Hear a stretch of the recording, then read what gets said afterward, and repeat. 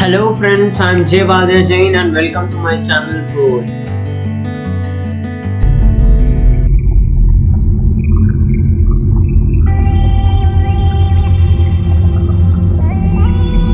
In today's video, I'm going to share a few things and the stories I like from the book named Love for Imperfect Things. This book was written by Haemin Sunim.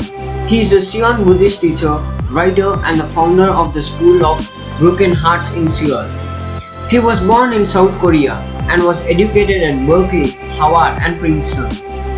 His first book was The Things You Can See Only When You Slow Down, which has been translated to more than 35 languages. Whoa, 35 languages. It tells us that how good were his books. This book tells us how to accept yourself in a world striving for perfection. And the book is one of the best international bestsellers. There are totally 8 chapters present in this book. The first chapter is on self-care, the second one is on family, the third one is on empathy, the fourth one is on relationship, the fifth one is on courage, the sixth one is on healing, the seventh one is on enlightenment, and the last chapter is on acceptance. So coming to the first chapter, that is self-care. The first line which the writer asks is, were you one of those children who were praised for being good? But why is he asking? Let's see. Because he has met many good people who suffer from depression, panic attack and other emotional disorder due to difficult human relations. Because this type of person is a self-sacrificing person who put other people's wishes before their own. There's a good line that is, be good to yourself first and then to others. So don't just care about others but also care about ourselves or loving ourselves first. So there is still time to change and start caring for yourself and don't suppress your feeling and speak up. Don't think you are lovable only when you succeed at what the world demands, because you are already worthy of love. You are already precious and deserve to be loved and cared for. Look inside and send the energy of loving kindness to that inner child. Now coming to the second chapter, that is family. The first thing Haemin Sunim tells in this topic is, every person in this world is someone's precious child.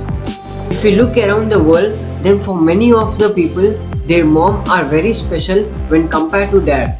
It is not like they don't love their father, but towards mom, the affection is more. A mother's love and affection is like they don't want the child to be worried about her health. And in the same way, the child also should have the same love and affection towards their parents.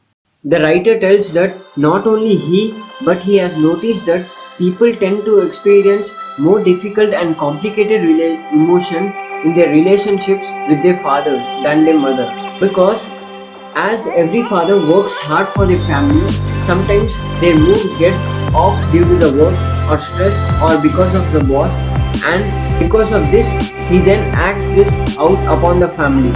But it doesn't mean that he don't love you all. So understand him. So coming to the third chapter, that is empathy. The writer tells that when we find that things are getting rough, a warm wordless embrace can have more healing power than a logical. Isn't it true? Yes, it is true. Also, a brief warm morning hug with someone we love provides us with a protective layer, insulating us from the stress of the day. You can also help someone feel comfort when they are undergoing any trouble by giving a warm hug, making them feel comfortable and supporting them and giving them courage. There are times in our lives when a really difficult situation comes up and we want to talk about it with someone. It is better to talk to a person who is warm and caring, who will listen to our struggling heart in an empathetic way. There might be times when you don't have solution for someone's problem, but they will be grateful just to know that we are willing to listen. Now coming to the chapter 4, that is relationship. The writer wants to convey the message that when 2 tasks or more are given to you, don't form negative thoughts, don't feel harried and stressed. Just relax and do the work. Then you will realize that the work wasn't that hard as you imagined. Of course, if someone continuously abuses your goodwill, then you should express your feelings. According to eminent Zen master, who to attain inner peace by not feeding negative thoughts and learning to accept circumstances. In a relationship, there should be a trust, a bonding, and the two people should share their feelings when they are happy or when they are in trouble. If you often feel disappointed, it is because when you have expected something from someone else. Coming to the chapter 5, that is courage. The writer tells us that if you are courageous, then you can create your own destiny. While working on a task or a thing you like, you will fail at some points. Don't leave it, go for it again. Try and try until you reach your goal. Besides, it is better to experience failure while you are still young. First failure is always incredibly painful, and most of us are rarely prepared for it. There will be countless plans that won't work out, and during those times, what we have to do is accept the failure and look carefully at where we went wrong. Each time we fail, we can learn from our mistakes. It can also be an opportunity to rethink our life and grow mentally and spiritually. Now, coming to the chapter 6, that is healing.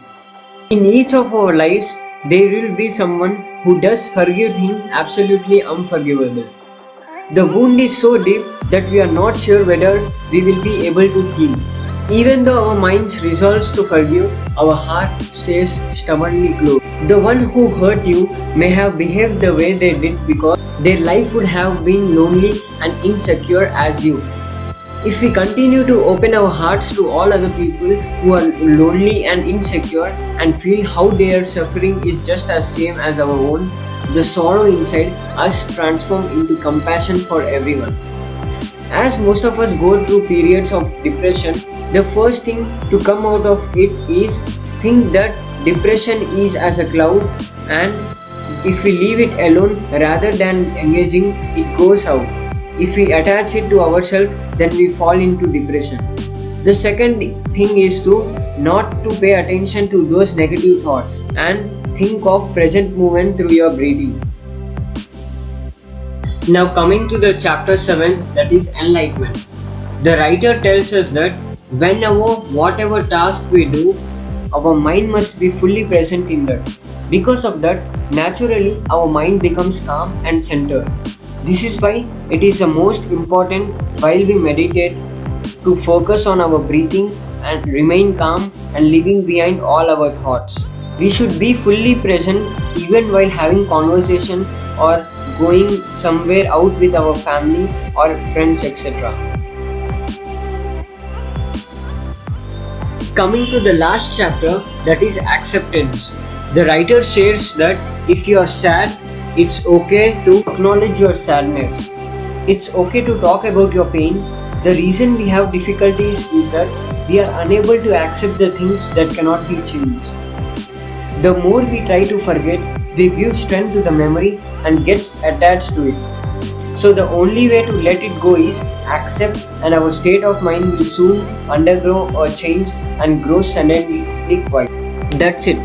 The reason I wanted to share this with you all was so that if we implement these in our life, then we could make and live our life better, happy, and in a healthier way, and also with respect to others.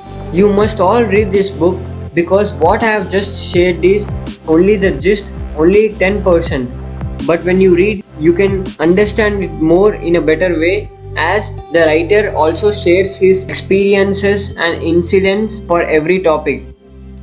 Thank you for watching my video. If you like the video, please like it, share it, and don't forget to subscribe my channel. Thank you.